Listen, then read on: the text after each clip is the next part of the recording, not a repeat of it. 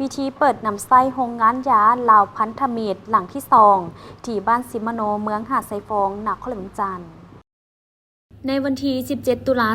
2025 ได้มีพิธีตัดแถบผ้าเปิดนำไส้โรงงานยาลาวพันธมิตรหลังที่2ที่บ้านสิมโนเมืองหาดไซฟองนครหลวงจันทร์เป็นเกียรติเข้าหัวมีทานสอนไซสีพันดอน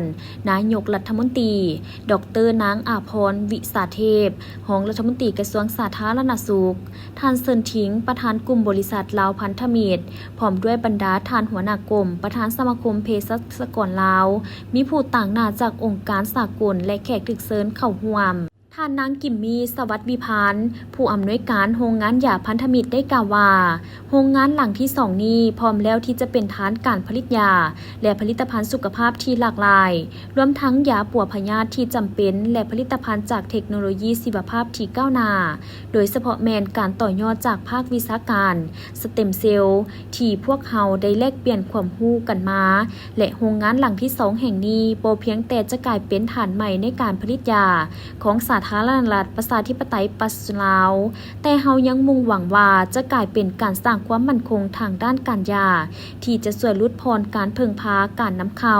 และรับประกันการมียาคุณภาพไว้ปิ่นปัวประชาชนพร้อมเดียวกันและหวังว่าโรงงานหลังนี้จะเป็นการสร้างเวทีการทำและพัฒนาบุคลากรเป็นศูนย์กลางในการยกระดับความรู้และฝีมือของชาวลาวในการนำใช้เทคโนโลยีการผลิตที่ทันสมัยพร้อมนี้ท่านรองรัฐมนตรีกระทรวงสาธารณสุขได้กล่าวว่าในนามกระทรวงสาธารณสุขได้สมเสยต่อผลสำเร็จในการก่อสร้างโรงงานผลิตยาแห่งที่2นี้ถึงแม้ว่าโรงงานผลิตยาจะสำเร็จการก่อสร้างสำเร็จสมบูรณ์แล้วก็ตามแต่สิ่งท้าทายก็แม่นการรักษาระบบการคุ้มครองคุณภาพอย่างเสมอต้นเสมอปลาย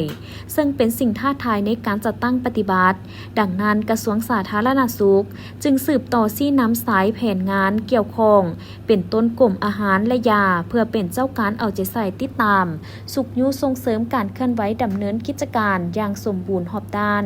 ตามมาตรฐานและสืบต่อพัฒนาผลิตภัณฑ์ใหม่ๆออกสู่สังคมโดยเฉพาะกลุ่มยาไบโอหรือวัคซีนเพื่อสนองให้แก่เวียกงานการพยาธิในสาธารณรัฐประชาธิปไตยปัจจุบันลาวให้มีความยืนยงทางด้านต้องโศกการสนองภายใน